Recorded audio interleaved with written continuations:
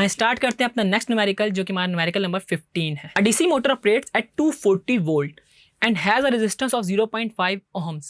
When a motor is running at normal speed, the armature current is 15 ampere. Find the back EMF in the armature. आपने इसमें back EMF को find out करना है। हमने back EMF in generator and back EMF in Motors वाला topic पढ़ा था, उसमें हमने देखा था कि कैसे हम E की वैल्यू निकालते हैं, जो हमने अपने प्रीवियस क्लास में भी देखा कि E is equal to V minus IR से हम लोग निकाल रहे होते हैं। आइए देखते हैं हमारे पास क्या चीज़ गिवन है और हमने इसको कैसे सॉल्व करना है। सबसे पहले अगर देखें तो हमारे पास कुछ वोल्टेज गिवन है, that is 240 volt. Resistance given है हमारे पास 0.5 ओहम्स की। करंट गिवन है हमारे पास 15 एम्पियर्स का। और आपने इसमें बैक ईएमएफ को फाइंड आउट करना है। बैक ईएमएफ का हमारे पास जो फार्मूला है वो है E is equal to V minus IR। यही हमने फार्मूला पढ़ा था। अब जस्ट इसके अंदर हमने इनकी वैल्यूज़ को पुट इन करना है और अपना आंसर को फाइंड आउट कर लेना है।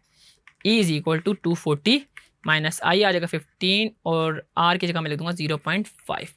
जब 15 को 0.5 से मल्टीप्लाई करें तो ये हमारे पास आंसर आता है 7.5 और 240 में से आपने 7.5 को माइनस करना है। जब आप 240 में से 7.5 को माइनस करते हैं तो आपका आंसर आता है 232.5। तो यूँ आपने देखा कि आपने कैसे जो है इसमें इंड्यूस्ड ईएमएफ को फाइंड आउट कर लिया by using E is equal to V minus IR से।